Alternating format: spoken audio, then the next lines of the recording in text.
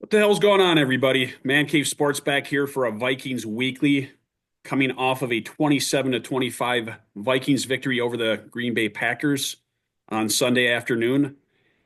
A game that the Vikings dominated for the most part, or at least comfortably through about three quarters. And then the Packers, like the first game in Green Bay, woke up. Jordan Love started to hit some people and make a game of it at the end. However, the Vikings prevail and go on to the victory to set up a monstrous NFC North showdown on Sunday night versus the Detroit Lions, one in which will determine who gets the number one seed and who goes on the road with the number five seed. So a huge game, one of the biggest regular season Vikings games in the history, I would venture to say, for Detroit, which, let's be honest, hasn't had the greatest history. It's definitely right up there, ranks up there. So I know the all NFL fans, even fans that are not necessarily rooting for either team or a fan of either team, are all excited about this matchup. So it's a huge way to end the regular season and should be an exciting one. Steve, I know you were here, so I'm going to go to Brian first. Brian, tell me what you took from Sunday's victory over the Pack. Hey man, this is the greatest thing ever. I got the fever. I got to admit. I mean, we're always waiting for the other shoe to drop. I am as confident as I can remember since like 1998. This is absolutely. In 2009, I was pretty confident as well. But I mean, this is the greatest thing ever. Sammy, are you kidding me? I mean, that now all the talking heads are talking about. Oh, we got to sign Sam for 3 years, and now the Giants want to trade for JJ. I don't think any of that's going to happen. But man, I mean, this is fun, right? I mean, I'm not used to this, and that just I'm getting all shaky thinking about it. But this game's going to be amazing. The Detroit, they're still got the injury bug happening pretty good. They are at home. This is probably 2-14-2 teams going for the division. Has that ever happened before? No. I mean, but just positivity all around. B-Flow, blank check. I'll tell you what, I love that guy. Cashman, I mean, just everything that happened in that game.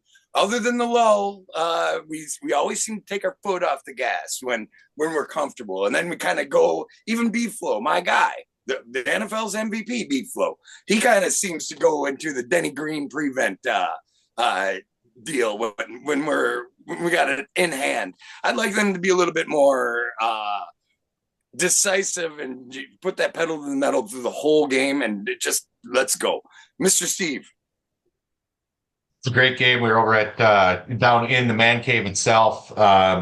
It was pretty fun being able to hang out again and beat the crap out of the bar there instead of throwing things at my TV. So that was better.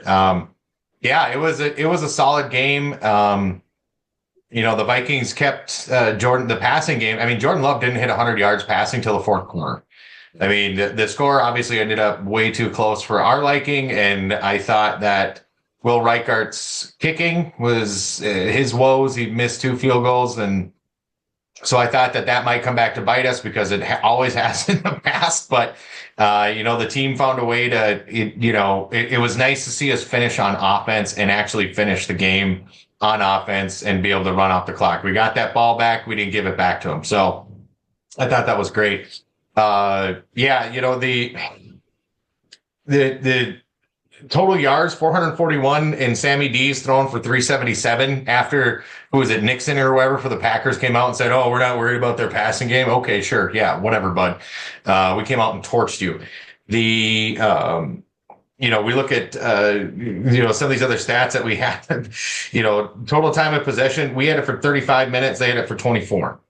They plenty more time. And to be honest, I think the lull that we had, and Mike knows because I was yelling about it down there, was really they just didn't have the right package in. I think they stayed with that NASCAR race package, the speed rush, for too long and got them too tired out. They tried to do a whole drive with those guys in there, the one drive, and they really, once they got down and, inside the red zone, inside the 20, they really should have swapped out and gotten like Harrison Phillips and Tillery and some of these other guys in there to, put a little more beef in the middle and rotate some of our speed rushers out to give them a quick break. So, as frustrating as it was at the time to watch, I wasn't too disappointed, obviously because we pulled the game out, but I think that was a point, where we probably should have burned a timeout and said, all right, let's get the right package and the right people in.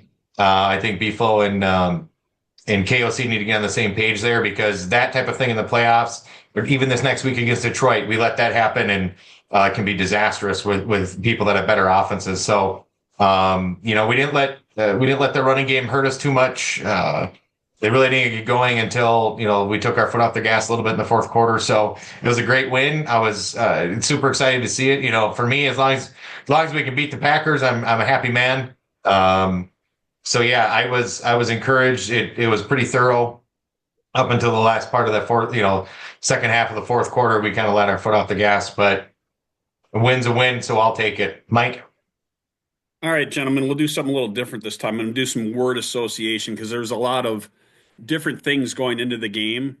A lot of hype, obviously, because the Packers are having a great season, minus when they play some of the NFC North rivals, ourselves and Detroit included. Outside of that, they are actually a handful for most teams, and they're definitely a formidable opponent for whoever they take on in the playoffs. Which, if I'm not mistaken, they were probably fixing to play the Rams. Does that?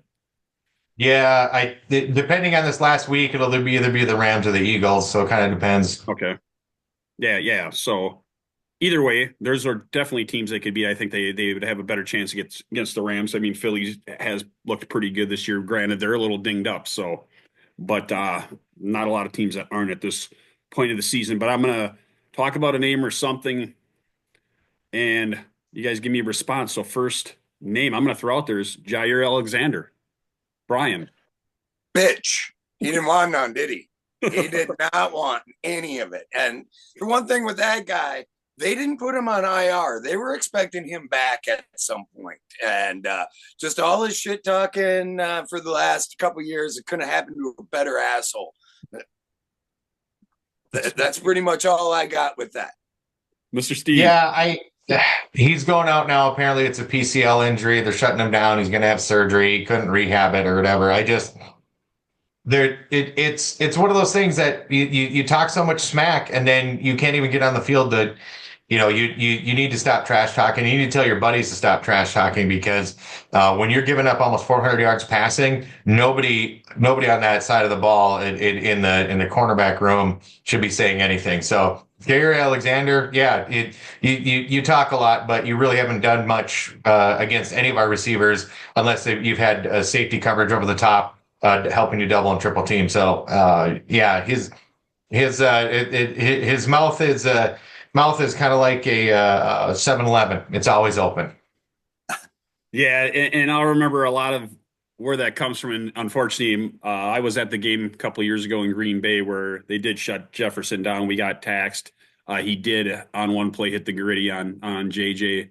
And outside of that, I mean, we pretty much owned him, which leads me to my next name, Jordan Addison. Brian.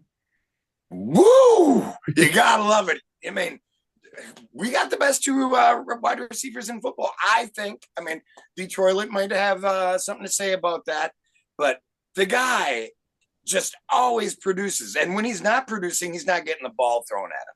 Now, think about who he played with in college.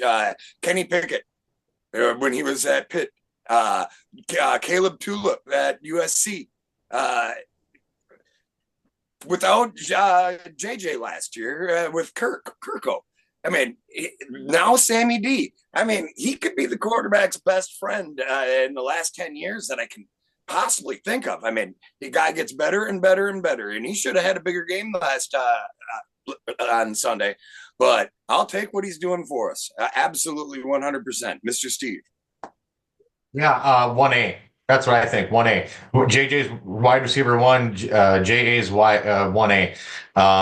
There is no doubt in my mind that we don't stay in the game against not only some teams this year, but especially like that game against the Niners last year. And, He's come up clutch time and time again, and he is really as much as Justin Jefferson is a gravity well, he's the secondary, right? Like you've got two gravity wells that's going to swallow most of the defense's attention, and that's what gives people like Hawkinson and Naylor and Oliver and Munt and all these other guys the ability, these little running back flares, these mixed rails they call them, running out to the sides. It's because Addison and Justin Jefferson are out, pulling out, 2, 3, 4. You've got between the two of them, you've got 4 or 5 DBs taken up. So he's 1A to me. I don't care what everybody else says in the league. Our wide receiver duo is the tops. That you name one team outside of Cincinnati that he wouldn't be maybe the number one wide receiver option on. Name one team. I mean, seriously, who else is better than him besides maybe Chase? You look at some of these other guys. It's like why he'd be the number one option. Even against Tyreek Hill. Tyreek Hill's fallen off. I don't care what anybody says about Hill. He's a one trick pony, and people have figured out how to guard him. So Addison can run routes just as good as Jefferson. He's in there. He's not quite as experienced as Jefferson, but you give him another year or two, and this kid's going to be electric. No doubt, no doubt. Another thing, because leading up to the game, you heard stuff about ticket prices, about fans infiltrating, etc. Brian, talk about the crowd at US Bank Stadium on Sunday. Every year they seem to kind of take over 30% of that building.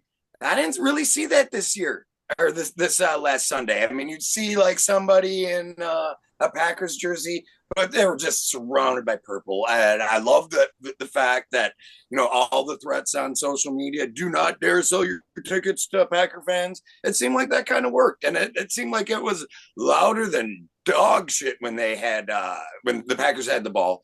And that's as less green and gold, that ugly color, that ugly combination that I've seen in recent memory. Mr. Steve. Yeah, I think ticket prices are a big reason for that. We saw ticket prices. I was looking third level where you couldn't find anything for less than $400 a seat. Mm-hmm. It was the ticket prices were through the roof. They just had a thing come out today. I'm trying to remember the publication, but they had polled like 111 some odd players and other people, and they said that US Bank Stadium is one of the hardest. It's the third hardest place to play in the entire league outside of Arrowhead and Seattle's 12-man palace there. But US Bank Stadium, it was electric. I think the decibel meter was way up on Sunday, and I think that's why this weekend's game is so important, because nobody wants to come play at US Bank Stadium in the playoffs. Nobody wants that. They know what this atmosphere can be. Nobody wants to deal with that in the playoffs. That's for sure.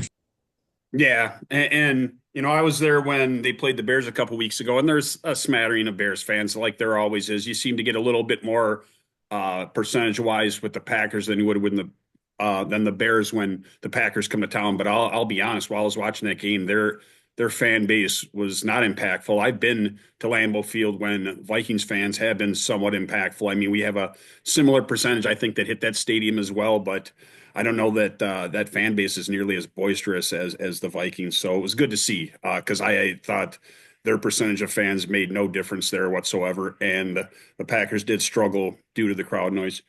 All right, 2 more to go. Defensive celebration. I know Fox cut away from it, which pissed us off. Fortunately, we were able to provide some of our social media followers the celebration. Brian, I don't know if you caught it. I'm assuming you caught it afterwards. Right. I don't know a lot about what it was based on. We'll leave that to Mr. Steve, but go ahead, Brian. Did you see? Well, it's fun. It's fun. And Cam Bynum being in the ringleader, Metellus getting in there. Yeah, I mean, if they weren't playing well and they were choreographing that shit like that and making it look so good, I'd be pretty pissed off. You should probably go through your reps instead of doing the celebrations. But hell, I mean, it's fun. Everything's fun when you win. I mean, that's all I got to say about it. And I like to see it. I mean, it's not like that's one thing I'm looking forward to. I want my team to win. I mean, it's just like a little fun added thing. And I'm all right with it, I guess, Mr. Steve. Yeah, it's a big business buzzword. It's culture, right? Number one, I called it as soon as I saw it. I'm like, oh, that's the High School Musical dance, because when High School Musical first came out, my eldest daughter was a little tweeny bopper, and so got to live through all those movies the first time, watching on Disney Channel with her. And then they started pumping them out again when my youngest daughter was about 11, 12, 13, and I got to live it twice. So I knew exactly what it was. I'm like, oh my God, I've seen this way too many times.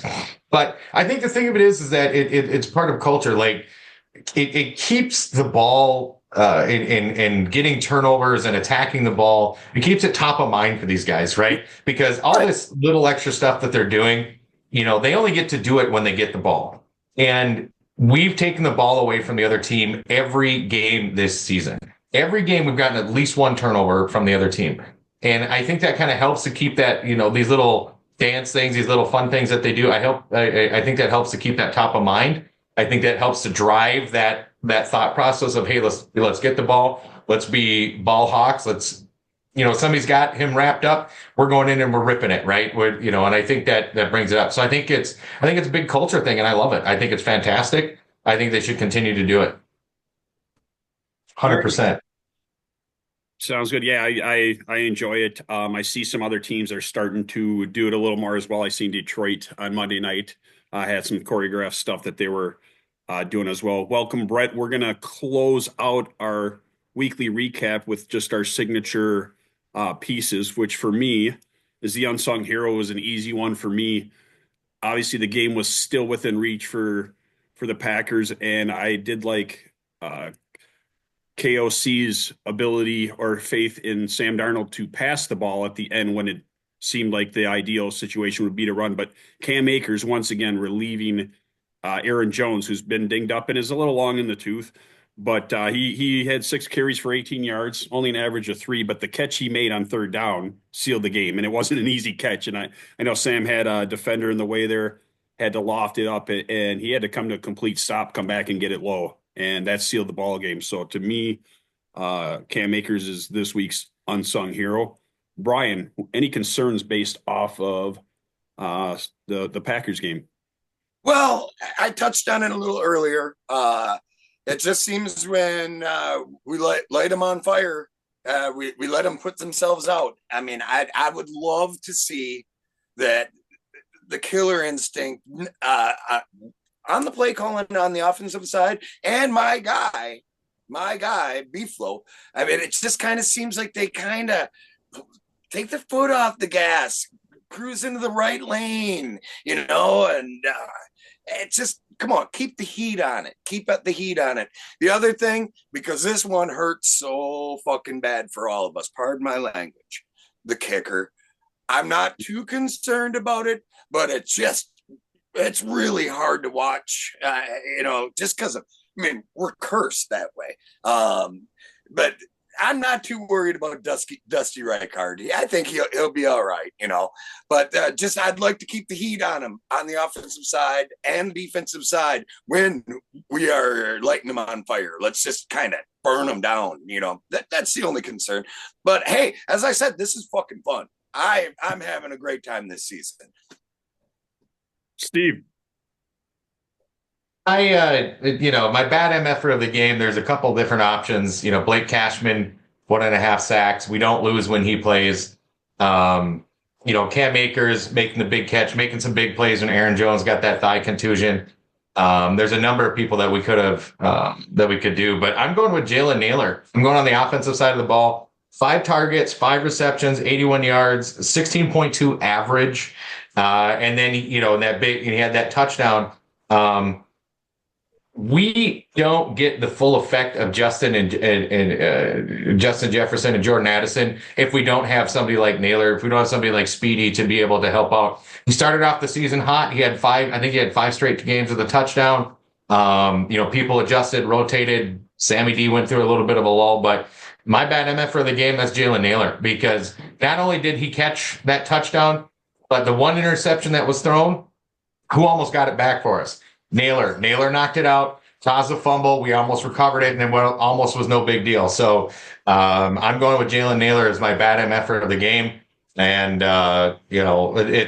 it's one of those things that gets harder every week because the defense is playing so lights out, but he's getting it for me. 100% catch to target ratio, a 16.2 average, and that big touchdown. All right, appreciate that. So with that, we will move on to our preview for the next game, which is a huge one. Talked a little bit about it at the beginning of the show. Matchup in Detroit against the 14-2 Lions. And obviously the Vikings are 14-2 as well. So this is for all the marbles for the NFC North as well as the number one spot. The winner gets a bye week. They get the number one seed and home field advantage throughout. And unfortunately, the loser, who will have a 14-3 record barring a tie, um, will have to go on the road more than likely, I believe. Is it going to be Atlanta or Tampa? I don't even know where that sits right Tampa. Probably Tampa. I don't think Atlanta is going to be able to do it. now. Okay. But Yeah, nonetheless, we'd like, this last week will determine that. yeah. So we'd like to welcome Brett to the show and Steve. I don't know if you guys kind of prepped for what we want to discuss here, so I'll probably let you facilitate the conversation here. Yep. So we've got Lions super fan Brett on the line here with us. Brett actually is unfortunately related to me. He married my cousin, so a brave man marrying into our crazy bloodline. But Brett is out there in Michigan. But you've been a Lions fan for most of your life, I'm assuming, growing up out there. Yeah, not only growing up out here, but my fandom started obviously with a lot of old Lions fandom is started with Barry Sanders, at least for my generation. Um, growing up watching him in the early '90s, it's just you just kind of watch in awe, and that's kind of how I got hooked, and unfortunately, that's how I got hooked as well, in various respects as well.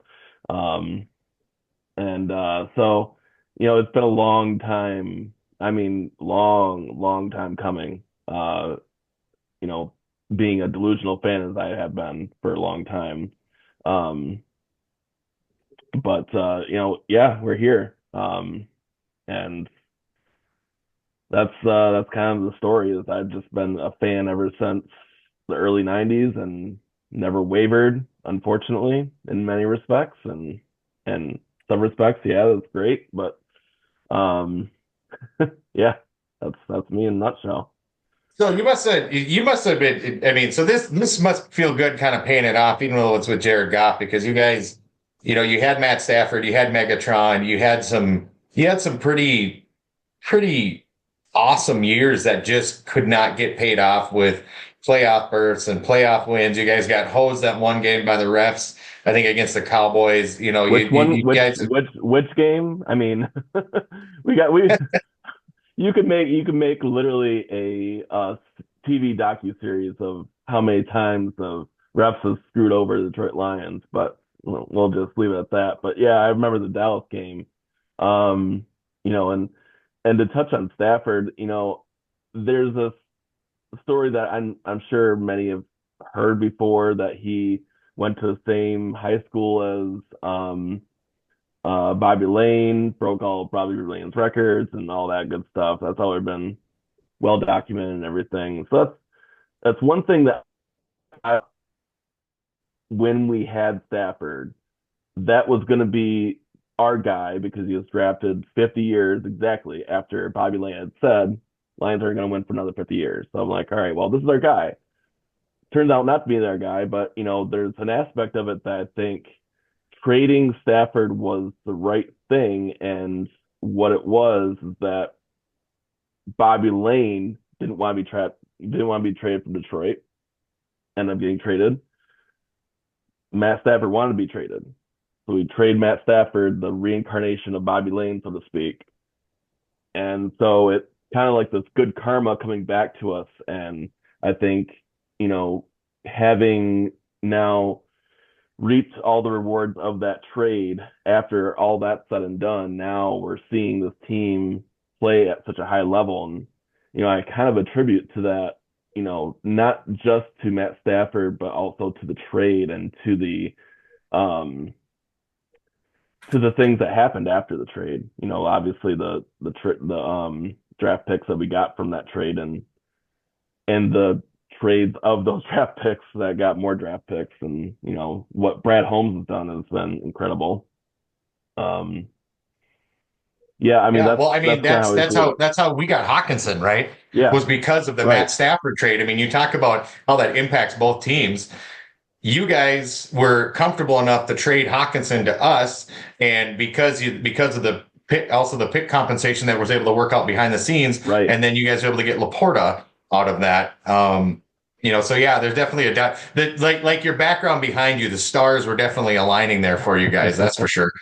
So let's talk a little bit about the game. We got to get into this next game here, right? So you guys NFC title game last year, coughed it up against the Niners. I'm sure you were throwing things at the TV because we're semi-related, and I would have been doing the same thing. Actually, But not the really, to be honest. oh, No. were you fatal about that? Were you just like expecting that to happen, or what? Were you Yeah. just like, okay, here's the Here's Lions the I know, thing. or what? This season, it's such a different season than any other season. You know, whereas in previous years, I would be like really nervous and like, oh my God, something bad's gonna happen, and like the other shoe's gonna drop. I just have full confidence in this team, so it's just gonna work out. I mean, that's what I've felt this whole season. There have been very few times, even the Houston game where we were down huge.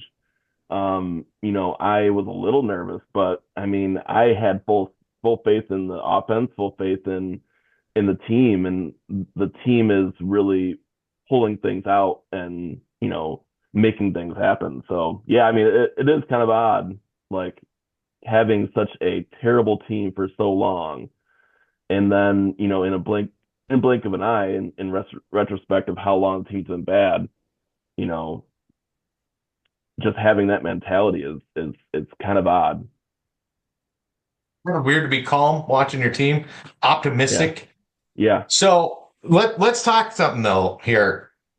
The last time we played, 2 point game, back and forth in US Bank in the house that JJ built. But there was a difference between that game and this game coming up. Mhm. We didn't have Hawkinson, and we did not have our stud middle linebacker. We didn't have Blake Cashman. Run defeated with Blake Cashman. There's a reason why. Cashman is really good at his drops, right? He's really good at fronting the ball. He's really good at backing out and getting into that middle area. We that's exactly how the Rams attacked us the following week when we lost those two straight.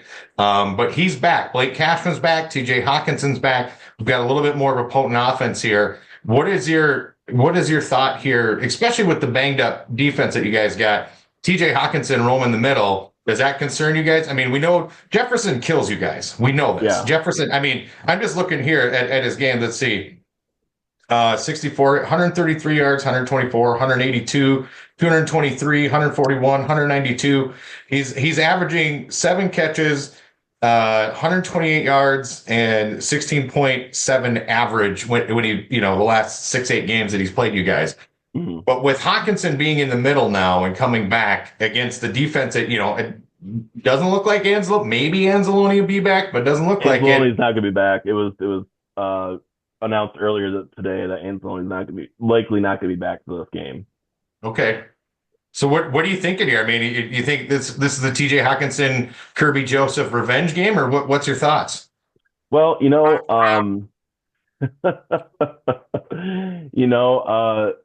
it very well could be. I haven't really been too high on TJ Hawkinson. Obviously, you guys have seen him play a lot more than I have since the trade. But I did watch a little bit of the Minnesota. I think it was the last game where Hawkinson had a few key drops.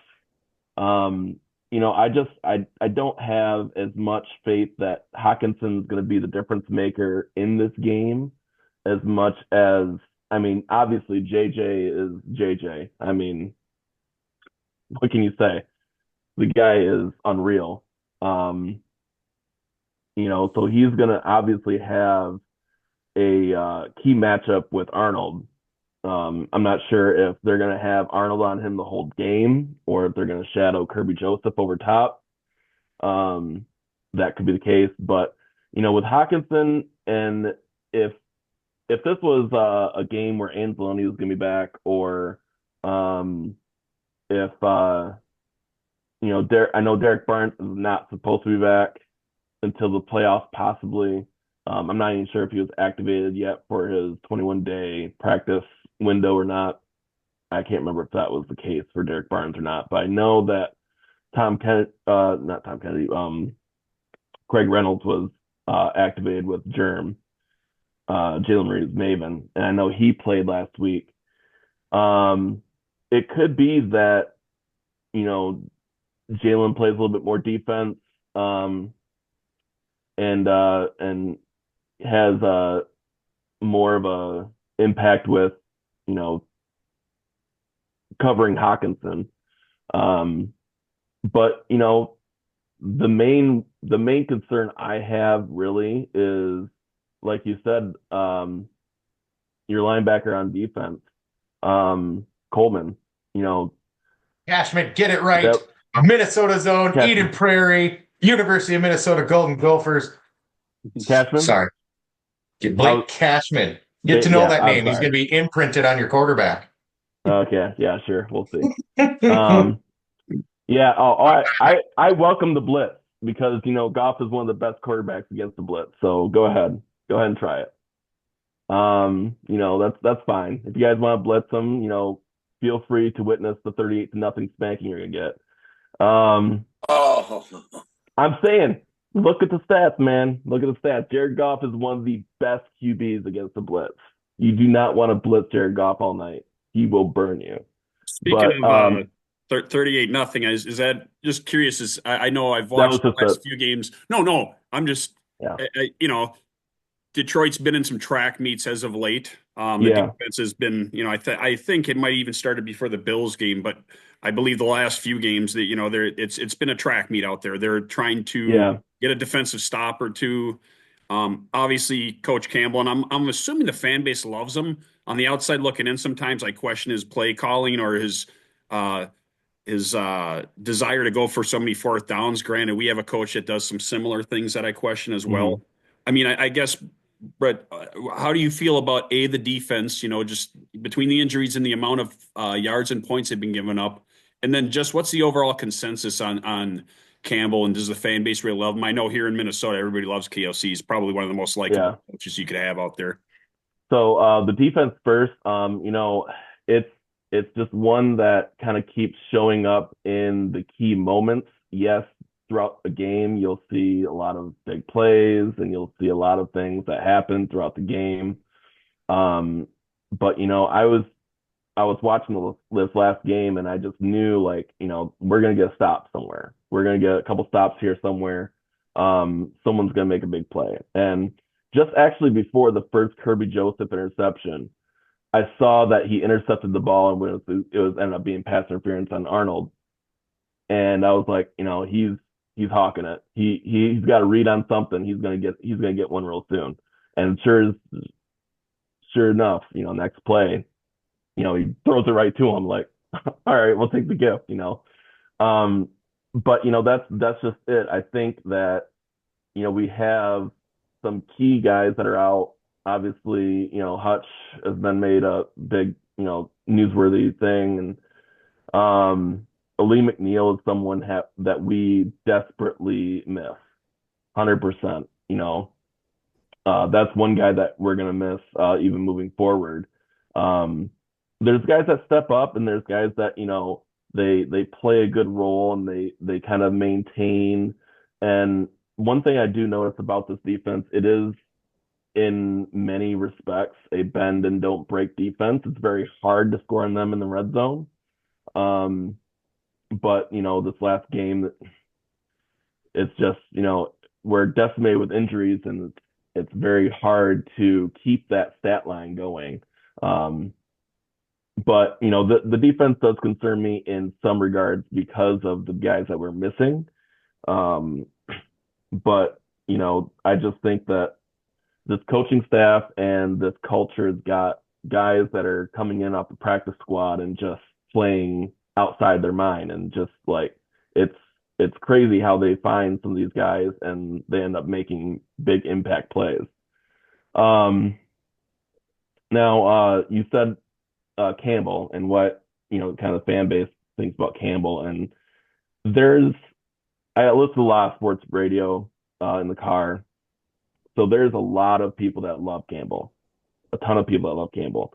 There's some people that question his play calling, but um, just from my perspective, Campbell is one guy who he is authentically him.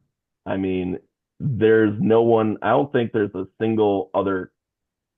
I wouldn't say a single other coach like him, but I would say that there's not a lot of coaches who say what they say and do what they do. And if he's going to go for it on fourth down on 4th and 3, fourth and 4 and under, and he doesn't go for it on fourth down every play. That's what some commentators say. It's not every single fourth down. It's ridiculous. But that's just people that don't watch the games. Because obviously they kicked field goals in the last game. So obviously they didn't go for it on fourth down every play. So but he's just authentically himself. He's what he says, he does. A lot of people were questioning whether or not he's going to start people in this next game or in this last game. And he did. He just said, we're starting them and we're going to go and win this game. We didn't need to, but that's what we're going to go do. And, you have to credit him for not shying away from who he is. He's an aggressive coach. And, there's things that will happen and he'll take risks, but they're calculated risks, I think. Going for it on fourth down in your red zone is generally a fine decision to make, but he didn't make it. But I don't think anyone faulted him for that. There's just calculated risks that he takes, and sometimes they hit, sometimes they miss, but he's embodied this team around that aggressive mentality, around that we're going to get this. We're going to get this first down on fourth down. We're just going to. And that's the kind of mentality that this team is built around, that they believe in themselves. And that's a belief that the Detroit Lions haven't had in a long time. Appreciate that. Brian, you look like you got some questions, or not? I don't really have any questions about it. I think Cement Head's a good coach, man. I mean, the players love Cement Head over in Detroit. Cement Head, wow. They love that guy. He could brush his teeth a little bit more, but that's just. I think that's just a dip, man. That's just a dip. I don't know. I've heard enough about these Detroit Lions right now. We're coming for you, baby. So quick. So I gotta ask this, and as sorry, Steve. Just as because before you came on at the beginning of the podcast here, we had talked about this is one of the biggest regular season game in Vikings history. Obviously, I don't know if the NFL's ever seen anything like this, and especially not in the 17 game era. But for 2 teams to go together, I mean, where does this rank amongst regular out of the same division? It's crazy. It's wild. I mean, where does this rank for as far as significance for regular season history games for that franchise? I mean, this will be probably, I would say this is probably up there at least, if not the top game in franchise history as far as regular season games are concerned. If not, definitely top 5. I mean, I can't even think off the top of my head, to be honest, what other game could have been more important. Maybe in the Stafford era when we played Green Bay and the Hail Mary and whatnot, that game that Aaron Rodgers had. But yeah, because I mean, if we had won that game, I think we'd win the division, which we hadn't won in a long time and still hadn't until last year.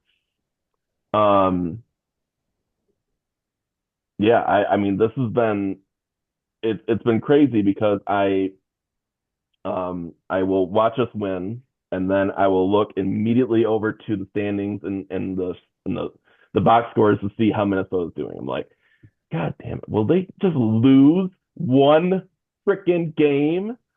Like, what is going on over there? Like, and for me in particular, I've never been a Sam Darnold believer, and it's what's wild to me for Minnesota is that you guys lose the um your your QB McCarthy for the season. And I mean, I think things are probably looking bleak. And then you end up with a 14-2 record. I mean, did you guys think that that was possible at the beginning of the season? Oh, we all predicted in the preview show. No, no. I think Yeah, we had our no, first show week 2, but yeah, I'll be honest with you. I pegged this team for maybe 5-12, 6-11. Everyone did. All the experts were like, no, this team's not. I mean, especially with McCarthy going down, because he had a pretty good preseason, and especially with him going down, they were thinking, oh, 5, 6, 7 wins. I'm like, yeah, I mean, maybe, but that defense is good. I mean, listen, the only the only team in this division that I'll ever compliment is the Vikings, ever in my life. I'll compliment the Vikings because you guys have a great defense. Um, you're right up there with us, even in total defense. I think we're 3 and you guys are 2 right now. So I mean, your guys' defense is really, really good. I will never give the same praise to Chicago or Green Bay. Never, ever, ever, ever. The stats might say that, but I'll never say that. I'll never admit that. Even in this last game, I was never rooting for Green Bay. I couldn't. I just couldn't bring myself to it. Um, just the hatred is just there and it's ingrained. So, yeah, I mean, the significance of this game is it's something I've never witnessed in my entire life, and it's gonna be crazy to have a 14-2 team, where it will be a 14-3 team in the playoffs in the wild card that will not host a playoff game. That's wild. I don't think we'll ever see this again. I think this is an anomaly season. So I have a question for the panel because I've talked a lot of for everybody on here, and I'll probably start with you, Steve, go to Brian, and then work our way back to Brett. But you see what the NBA does as far as playoff rankings, et cetera. They don't go by division winners. Everybody in that particular conference gets rated 1 through 8. And generally, you don't see this be a problem. I know the one year Seattle was a division winner at like a 7-9 record back in the 16-game era. But do you think with this game here this weekend and a 14-3 team having to be a 5th seed and go on and probably play a team with 10 wins, maybe a 10-7 record, do you think the NFL should start looking at doing a similar bracket as the NBA does? And I'll start with you, Steve. Yeah, it's something that's frustrating for us right now, and I think what was it, Jaguars and somebody else a number of years ago in the AFC South, they had something, it wasn't 14-2, but it was similar, like both had 13 wins or something. Here's the thing: the Ravens were a wild card at 13-3 one year. If I think that might be what you're referring to, it was yeah. But I think here's the one thing that the NBA has lost, and part of the reason why the ratings are down. You don't have the rivalries in the NBA. They're just not there. Like, we might have teams that we don't like because we play them frequently, but they're not nationally known. Like, you look at the Packers and the Vikings, the Packers and the Bears, they don't like each other. You look at the Packers and the Niners, right? Just to focus on that. Dallas versus New York and Philly, you get those division rivalries and national attention because of that interdivision. They play each other twice a year, and every game matters because if they win or lose, whatever it is, you got to beat your rivals in your division, and if you win your division, you're in the playoffs. Now, that being said, so I do think that division winners should get in, right? Even if you're in a garbage division, you win your division, you're in, because otherwise you're going to lose that intensity factor. You're going to lose that rivalry factor. I think the NBA, because like right now, if you talk to somebody like if you talk to somebody about who's the best in our division, people are like, what? Because we all look at the conference. So the divisions are kind of whatever. Most NBA fans, can't tell you about what their division is. They just know Western Conference versus Eastern Conference, right? So I think we'd lose that, and I think that would be bad for football. That being said, though, one of the things I do think that they could do is they could do a reseeding after the first round. So the first round of the playoffs says, hey, you didn't win your division, you didn't beat your. Everybody's got to do that, right? So if you win your division, you get one home game. And if you're really that good, right? Like whoever, whether it's Detroit or us, we got to go into Tampa and beat Tampa. Well, if you're good, you're going to do it. I think after that first round, they should reseed though. That's my feeling, is that you get through the wild card, now you reseed, and then you figure out who's going to be going to who. Because I do think it's, there has to be meaning to, having an amazing record, and then having to go on the road. It's like you did earn that level of play by playing as well as you did, that reward for being able to host some games in the playoffs. And I think people want that too, because your fan base is going to be, you want that fan base that's been worked up into a lather all season long. You want them to have that. So my feeling is no, division winners should get in, but I think reseed after the wild card round. Nadi, what do you think? Yeah, man. I'm actually, you're so full of positivity and great ideas this year. I mean, your New Year's resolutions. I'm nice work, Stephen. I'm impressed. I like that reseeding after the first round, but this whole thing is such an anomaly this year that I don't see that it's that big of a deal. This is not going to happen every year. I mean, just the Packers, Lions, and Vikes record this year, just in the NFC North. That's just not going to happen anymore. But if you win the division, you get a home game. I would have to say, and you got to keep the rivalries up. You're right on point. You're sharp as a tack with that. But I do agree. I do agree. Maybe a little reseeding after the first round might be a little bit more beneficial if this happens again, which I don't anticipate this happening again. So I'm all right with it. Michael. Brett, your take on that? Well, we actually do now. It's not to the degree of a 14 win team, right? But we actually have seen this quite a few times in the past where, especially in the NFC South, has been historically kind of mediocre for the last several years. We see the 11, 12 win teams have to go into the NFC, go see the NFC South winner in the division. So it's not necessarily that we don't really see it that often, or it's not going to really happen that often, but I do think that it happens to a degree where we have a team that has won more, multiple more games than the division winner of that seed, and they have to play them because of the seeding. I kind of agree. I think maybe a reseeding after the divisional round might make sense. I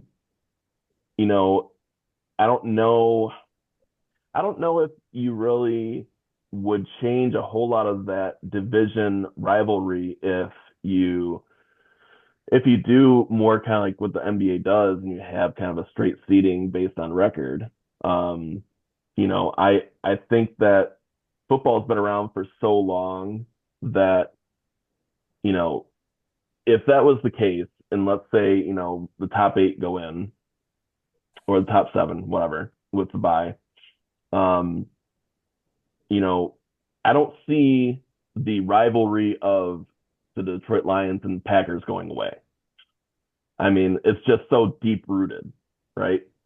I don't really see, in some of the interconference ones, like you said, the Dallas and San Francisco, I don't see that really fading just based on the playoff implications necessarily, because I think that the majority of the fan bases really just get into they're not really thinking about the playoffs. They're not thinking about division championships and things like that. They're more so thinking about, I want to beat this team. So I fucking hate this team.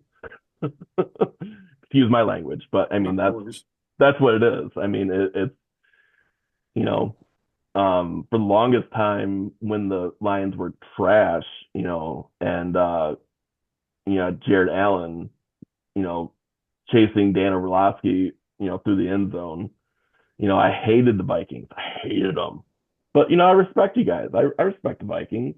That's but that's the thing is like this division, it breeds a lot of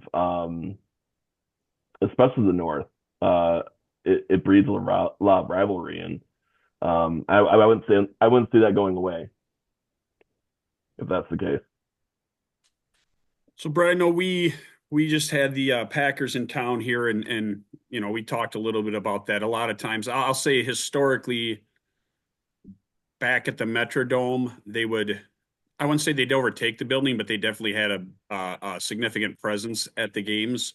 I think since US Bank Stadium has been around for, I think, 7 years now, Yeah. you don't see that nearly as significant. And none of us saw it on Sunday. I don't think the fan base made much of an impact, and they might have accounted for 15 to 20%. I just think the because of the 3 o'clock start, our fans were nice and lubed up, started drinking at 8 in the morning, and were rowdy and rearing to go on to such a big game. But I've never been to Detroit. I've been to Chicago. I've been to Green Bay to watch the Vikings play, and they seem to travel well. Obviously, this is a huge ticket in Detroit, so I know it's probably going to be tough for a Vikings fan to get in there. But and I'm not sure if you've been to games there out at Ford Field, but what kind of presence do you think the Vikings fan base will have at the game on Sunday night? Little to none. I mean, I'm just being honest. Like No, it's these ticket prices are insane. I mean, if we're just gonna talk about ticket prices for just a quick second, because that Bills game that they played at Ford Field, um, I was reading somewhere it would cost two people, like a father son kind of deal, to go to that game. It would cost them $3,000. wow. That is what? Like that's just insane. And so if you're talking about, a fan base outside of town buying up tickets, I mean, I would say you would have to have some really dedicated fans. And so that's the amount of fans you're going to get at Ford Field from Minnesota. You might have some in-state Minnesota fans that uh, might be able to get some tickets too, but that's where you're going to see the most dedicated Minnesota fans get tickets into this game and make a impact, so to speak, as you will. But with this big of a game, I can't imagine that they're going to make that big of an impact, to be Yeah, honest. I'm looking at SeatGeek right now, and they're about 520 for obstructed view seats. So you got to pay that just to get into the building and an obstructed view seat. Just to get in the building. Yeah, Now, we were talking about that too. It was pretty much $400 to get into the building for this past game on Sunday afternoon. So it's obviously a hot ticket. You're gonna have to pay probably at least $1,000 for a good seat for yep. Sunday night's game. And that's really sad. It really is, because the common guy like myself, like, yeah, I could probably swing it sometimes, but like I'm not wanting to like pay that much for like going to every game, Yeah. Unless I got season tickets, and season tickets are going to go up another 22% next year Yeah. for us. So I don't know what it is for you guys, but the Fords are definitely cashing in on the success. So capitalism wins. Yeah, you guys finally get two back-to-back really good years, and they're gonna milk you all they can for it, huh? Yep. Yep. So, Oh, and my mom's on a wait list for the season tickets. And so the one thing that they will do, and it's kind of nice, um, kind of like that same mindset of getting in the door, what's going to cost to get in the door. So they have what's called standing room tickets. So it'll get you in the door. You can, watch from these standing room only various places, and they're not too bad. It's pretty good view. It's in the lower level, but it's the highest part of the lower level bowl. And they're like $100. So $100 will get you in, but you're only standing room only. That's all you get, So you're not at a seat, but at least you're in, And I'm not sure how many of those tickets they usually sell in a game, but that's what my mom's actually been looking at too, is some standing room only tickets too. And I told her like 4 or 5 weeks ago, I'm like, pay attention to the Minnesota game because that's probably going to be the biggest game of the century.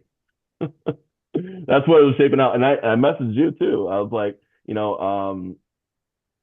yeah, I mean, it's shaping up to be a showdown for the division. Last game of the week, last game of the season. Just like the NFL expected it. Yeah, I'm going to say this though. Here's my prediction. And we can wrap on this here. My prediction. I'm going to go 31-24 Vikes. I don't think that the magic, the horseshoe that Ben Johnson's had in his butt when he's doing hook and laterals and got Penei Sewell rolling out of the backfield for a tackle eligible catch. I don't think that's happening. I don't see. I think B-Flow, blank check B-Flow, as we call him here, his defense. You know what? I think Jared Goff has got those games to it, and he does, where he's just not quite as sharp. He gets a little bit hitchy, and all of a sudden he's coughing it up, and we've got our guys doing. I don't know what it would be. They've been doing a Disney Channel theme lately with their celebrations in the end zone. When they take the ball away. So. Yeah, I don't know if they're going to be doing something from Phineas and Ferb or what are they going to be doing, but I'm going 31-24. I think the Vikes pull this out, and then we'll see if you guys make it back to US Bank Stadium. I don't know, Nadi, what are your predictions on that? Your final thoughts here. Score of the game. I just you gotta keep the run game. Got to have the big dogs in there, like you were saying earlier, Harrison, Tillery. Let's stop the little guy. Let's make sure that that's put away. Let's Akbar St. Brown Ra, whatever the hell his name is. Yeah, you got to watch. Hey, listen. All right, if you're gonna correct me on a name, I'm gonna correct you on a name. It's Amon-Ra St. Brown, the sun god. You better get it right. All right, I'm writing that down. I know. Amon-Ra St. Brown. He's the sun god. We got to keep Akbar St. Brown. We got to keep him. Under 10 catches. He can't be going for 13, 14 catches like he has done on the past. My prediction, 34-24 Vikings. Michael. I'm going to go with the old Mr. T from Rocky 3. My prediction, pain. I think no, it's going to be a pain for one team. I will say this too. I think whoever loses actually has a very good shot to win the following week on the road. And these teams might see each other. I'll actually, whether it's our fan base or even yours, Brett, I'll feel bad for the fan base that actually has to go on the road the opposing week because I think both teams deserve to be nice if they could both get a week off, but that's not going to happen. But I think both teams had a great season, regardless of the results on Sunday. So I'm going to go 31-28 Vikes. Big shocker. Squeaker. Yes. Yeah. Well, I'll be shocked if this isn't a fairly competitive game. Now, could it get out of hand a little bit at the end if it's kind of decided? Yes. But I just don't see these teams, either team blowing the other one out, not with the way they've played all year. I don't think either of their losses was more than one score. I think we lost the Rams by 8 and to the Lions by 2. So it's not like either of these teams have been blown out. Both have shown that they can win on the road. Obviously, Detroit is at home, but which is why I said I think in the playoffs they can both win on the road as well. So I don't think it's as important. But I think for both teams, and even probably more so, Brett, for your team, that bye week's going to be huge, especially with just the amount of injuries that the Lions have suffered with this year. But I'm going to go 31-28 Vikes in a squeaker, probably coming right down to the last few minutes of the game. Brett, we'll let you close us out. Yeah. I am right there with you. I mean, this is going to be a close game, I think. I feel like maybe at times it might not feel like it's very close. Kind of like in the last game that we faced is that, you guys got out to a big 10 score lead to start out, and then we answered back, and it was kind of a back and forth at that point. Um, I really see this being a very, very close game.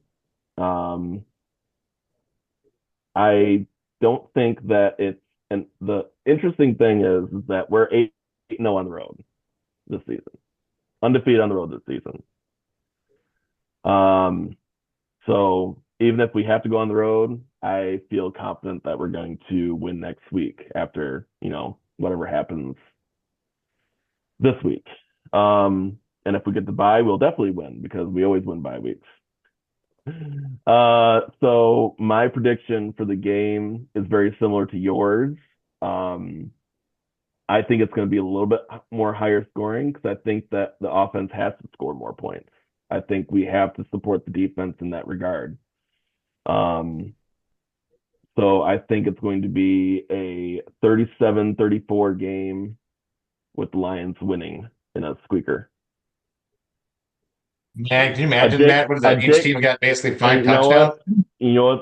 what it could be is right at the end, a 64-yard bomb from Jake Bates to Oh, send you guys down to Tampa. Jake Bates. Send Jake that guy Bates. back to the UFL. Jeez. Yeah, no doubt. No doubt. God. Well, Brett, we appreciate you joining, and who knows, we'll see Yeah, what the next couple of weeks bring. We might have to do this again here in a preview in a couple of weeks. might have to. So We appreciate might. that, Yep. gentlemen. Any parting words? Um, no, be naughty. My parting word is positivity. That's my gift to you. I'm really stoked about it, man. I mean, you're turning a corner. I was starting to worry about you.